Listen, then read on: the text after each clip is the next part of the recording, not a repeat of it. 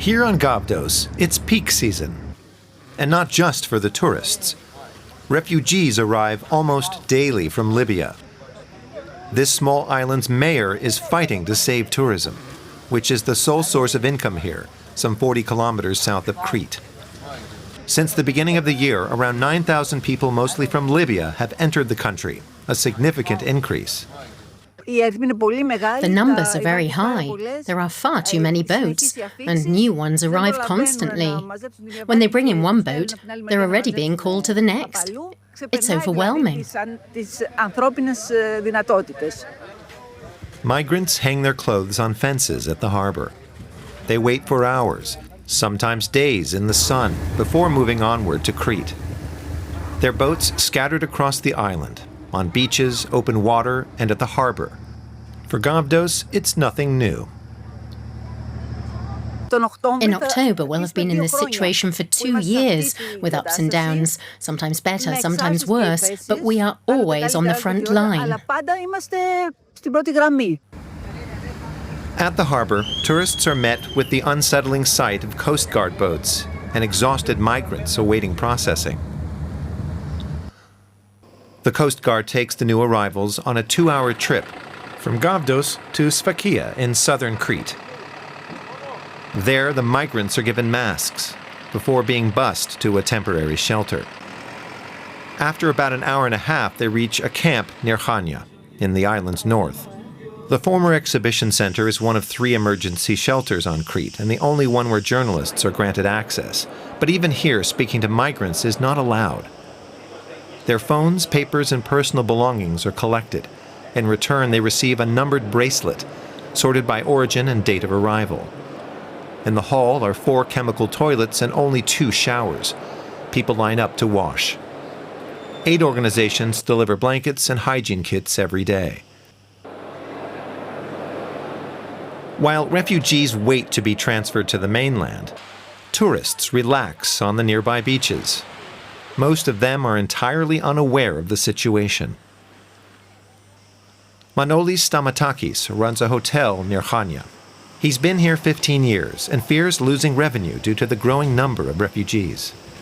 The fact is, there's a certain unease among potential guests, but also among those who are already here.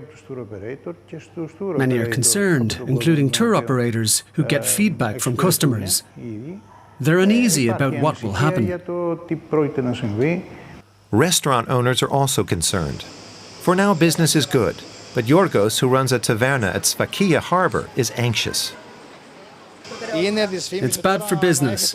When a tourist comes to wait for the boat to Gavdos and sees illegal immigrants arriving, it's unpleasant. Some locals show solidarity, despite their concerns. They are people like you and me. We should feel for them. They're thirsty, exhausted from war, and everything they've been through. There is a lot of sympathy, but at the same time, there is concern they could bring in diseases and viruses. That's a problem too. And where will these people go? Where will they sleep? Where will they use the toilet? Most arrivals are young men, which unsettles some. They come and invade, ruining our community's image. If women and children were seeking refuge, I could understand that. But why have they come here? Are we going to war? Will they attack us? I don't know. 3 hours' drive from Sfakia lies the small village of Castelli. Locals here are also frustrated. As if we didn't have enough problems already. A sign reads yes to a new education and cultural center, no to a migrant camp next door. People will take to the streets, not with signs and slogans, but with pistols and shotguns. And there will be deaths. This resident wants to stop refugee arrivals completely. The borders should be sealed so they can't come at all. Eleftheria Yatraki volunteers for an aid organization in Crete. We've seen a resurgence of racist hate speech, like we had in recent years, but it hasn't been like this for a long time. Statements like, they're coming to replace us, to commit crimes, and they're all men, look at them, they're dangerous. This entire issue was manufactured, not only in local communities, which were overwhelmed, but also by politicians. They immediately used terms like illegal immigrants, words that have no place in public debate. Politicians shouldn't use the word illegal when they're talking about human beings.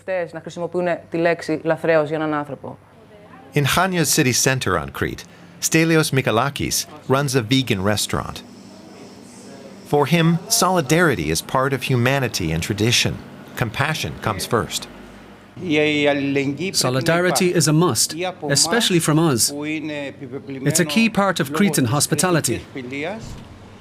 I hope politicians will manage their path forward with clear political solutions.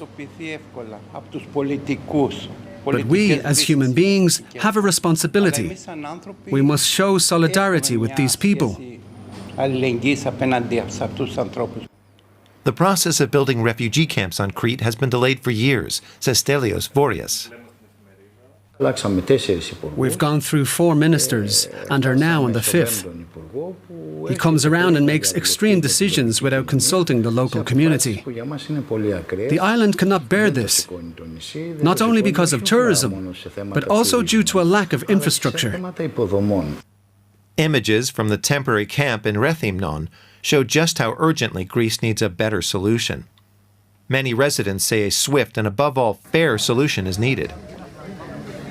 For them, this cannot continue.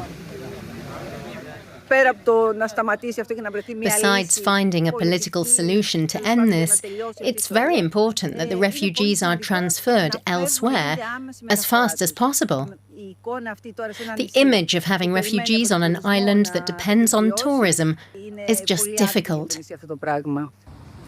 Lilian Stefanaki is trying to manage the crisis. She continues to wonder how many more refugee boats will arrive.